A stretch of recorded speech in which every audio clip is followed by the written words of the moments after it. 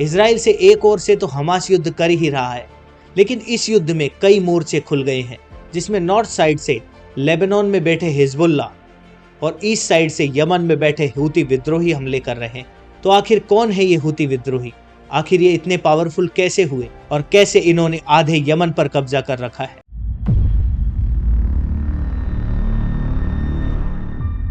Yemen waste Asia में बसा हुआ एक बड़ा देश है। यह देश सऊदी अरब के दक्षिण में स्थित है, जहां पर एक समय पर 1000 सालों तक जैदी मुस्लिम शासकों की सत्ता रही। जैदी शिया इस्लाम का ही एक भाग है। इसके बाद 1962 में अंतिम जैदी सुल्तान इमाम अहमद की हत्या हो गई। इसके बाद बहुत समय तक सिविल वॉर चला और यमन 2 टुकड़ों में बंट गया, नॉर्थ और साउथ यमन। इसके बाद यमन के इन दोनों टुकड़ों पर विश्व की 2 बड़ी ताकतें यूएसए और सोवियत रूस की नजर पड़ी।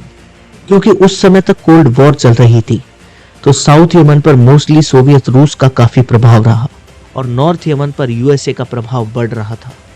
1978 में नॉर्थ यमन में अली अब्दुल्ला सालेह राष्ट्रपति बनते हैं, जो कि अमेरिका और सऊदी अरब के प्रभाव में थे। उस समय नॉर्थ और साउथ यमन के बीच फिर से युद्ध शुरू हुआ, जिसमें हजारों लोग मारे गए।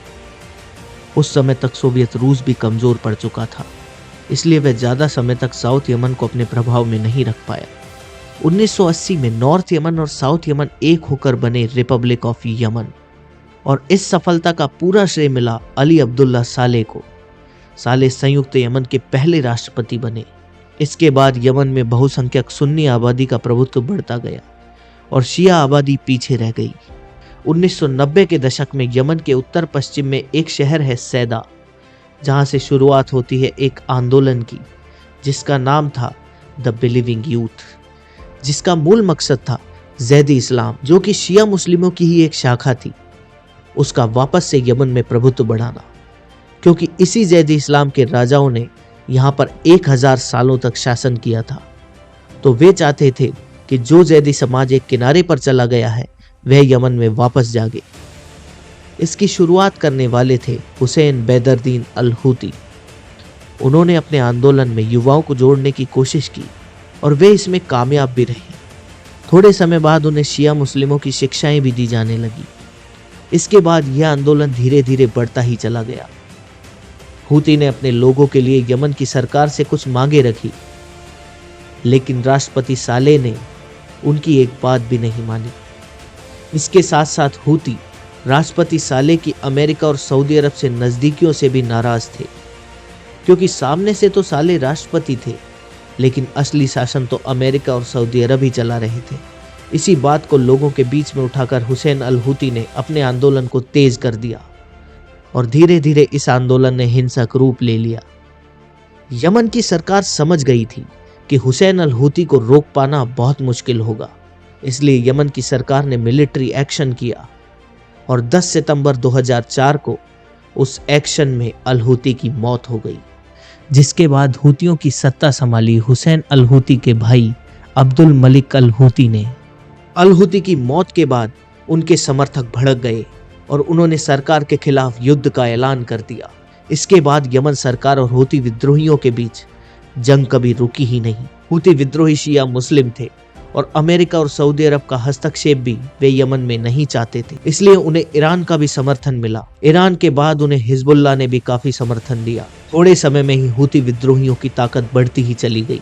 ईरान ने हूती विद्रोहियों को ड्रोन तक बनाने की ट्रेनिंग दी। धीरे धीरे हूती विद्रोही और यमन सरकार के बीच हुए युद्ध ने सिविल वॉर का रूप ले लिया और यह सिविल वॉर 2004 से 2010 तक चली। 9/11 के हमले के बाद जब अल कायदा यमन में पनप रहा था, तो उसे खत्म करने के लिए अमेरिका ने यमन सरकार को हथियार और सैनिक सहायता दी, जिसका उपयोग हूती विद्रोहियों के खिलाफ भी हुआ। हूती विद्रोहियों के साथ साथ यमन के कई मासूम नागरिक भी मारे गए। आखिर में 18 अगस्त 2010 में यमन सरकार और हूती विद्रोहियों के बीच समझौता होता है, लेकिन कुछ ही समय में 2011 में ट्यूनीशिया में वापस आंदोलन की शुरुआत हो गई और फिर से यमन में भी विद्रोह की आग भड़क गई।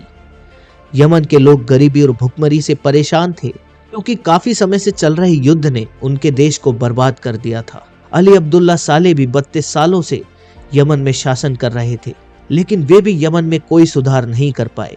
और उस समय तक साले अमेरिका और सऊदी अरब की कठपुतली बन चुके थे और यमन की जनता भी उनसे नाराज थी। साले को अंत में विद्रोह के चलते कुर्सी छोड़नी पड़ी और 27 फरवरी 2012 में उन्होंने अपने सहयोगी अब्दुर्राबू मंसूर हादी को राष्ट्रपति बना दिया। लेकिन यमन की स्थिति वैसी की वैसी ही बनी रही। इसके साथ साथ यमन में एक समस्या और थी कि वहां पर समाज कई जनजातियों में विभाजित था। वे जनजातियां अमेरिका की सपोर्ट वाली सरकार के खिलाफ लड़ रहे थे और उसके साथ साथ ही वे खुद से आपस में भी लड़ रहे थे, जिसके बारे में खुद अली अब्दुल्ला सालेह कहते हैं कि यमन पर शासन करना कई विषैले सांपों के फनों पर नाचना है। नए राष्ट्रपति मंसूर हादी को भी यमन ने खास पसंद नहीं किया और यमन में इसका भी खूब विरोध हुआ और इस विरोध में सबसे आगे थे हूती विद्रोही, क्योंकि उनके पास ही सबसे ज्यादा मिलिट्री पावर थी। 2015 में हूती विद्रोहियों ने सना, जो कि यमन की राजधानी थी, उस पर हमला कर दिया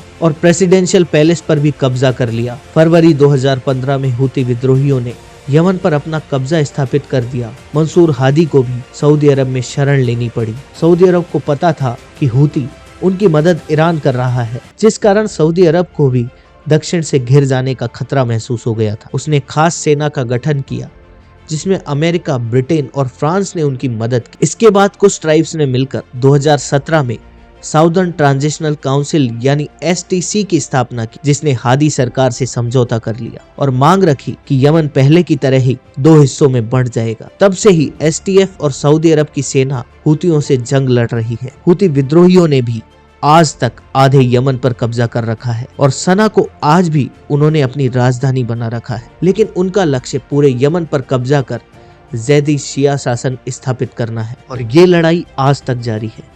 उसमें दोनों ओर से हमलों में यमन के लाखों लोग मारे जा चुके हैं, लेकिन इस पर लोगों और मीडिया का ध्यान बहुत ही कम जाता है। सत्ता की इस लड़ाई में जो निर्दोष लोग मारे जा रहे हैं उनकी सुनने वाला कोई नहीं है, क्योंकि इसमें USA, सऊदी अरब और ईरान जैसी बड़ी बड़ी ताकतें शामिल है। हूती विद्रोहियों को कई देश आतंकवादी घोषित कर चुके हैं, क्योंकि वे कई बार समुद्री जहाजों को लूटते हैं और आसपास के देशों में बमबारी और हिंसा की घटनाओं में भी उनका नाम आता है। हाल ही में इजराइल हमास युद्ध में भी वे हमास के समर्थन में इजराइल के खिलाफ तीसरा मोर्चा बनाकर खड़े हैं और इजराइल पर कई मिसाइल हमले कर चुके हैं। चर्चा में हूती विद्रोही तब आए जब उनकी कई मिसाइलें जो इजराइल पर हमला करने जा रही थी, उनमें से 2 मिसाइलें मिसफायर हो जाती हैं और वे मिस्र में जाकर गिरती हैं। हालांकि मिस्र ने इस बात की ऑफिशियल पुष्टि नहीं की है। इसके बाद उन्होंने जापान के एक जहाज को भी हाईजैक कर लिया जो ब्रिटेन से इंडिया आ रहा था, जिसकी वीडियो भी उन्होंने जारी की। ये वीडियो इतनी हाई क्वालिटी की है कि ऐसा लगता है जैसे किसी फिल्म का सीन हो। आज के समय में बात की जाए तो हूती विद्रोहियों के पास 1 लाख की सेना है, एंटी एयरक्राफ्ट मार्क 2 मिसाइल्स हैं, कई फाइटर जेट्स हैं, हेलीकॉप्टर हैं और कई मॉडर्न वेपन्स हैं, जिसका प्रदर्शन उन्होंने अपनी मिलिट्री परेड में भी किया। इस तरह के मॉडर्न मिलिट्री इक्विपमेंट जो कई देशों के पास भी मिलना मुश्किल है, वे हूती विद्रोहियों के पास। इसके साथ साथ इन सभी को चलाने की ट्रेनिंग भी ईरान और हिजबुल्लाह इन्हें देते हैं। एक तौर से ये आतंकवादी संगठन एक प्रॉपर देश की तरह ही काम करता है और वर्तमान में लाल सागर और भूमध्य सागर में ये कई जहाजों को लूटने का काम करते हैं, जो कि उन देशों के लिए बिल्कुल भी अच्छा नहीं है जिनके ट्रेडिंग जहाज यहाँ से गुजरते हैं, जिसमें भारत भी शामिल है। वर्तमान में भारत ने भी इस तरह के हाईजैक के केस को देखकर अपनी नेवी को उस क्षेत्र में एक्टिव कर दिया है। लेकिन सोचने की बात यह है कि विश्व में इतनी बड़ी ताकतें होने के बाद भी इतने बड़े बड़े आतंकवादी संगठन कैसे बन जाते हैं? आखिर इसका जिम्मेदार किसे ठहराया जाए? यदि आपको हमारी वीडियो पसंद आई हो तो लाइक करें, हमारे चैनल को सब्सक्राइब करें। अगली वीडियो हमें किस टॉपिक पर बनानी चाहिए हमें कमेंट सेक्शन में जरूर बताएं। मिलते हैं आपसे अगली वीडियो में। जय हिंद।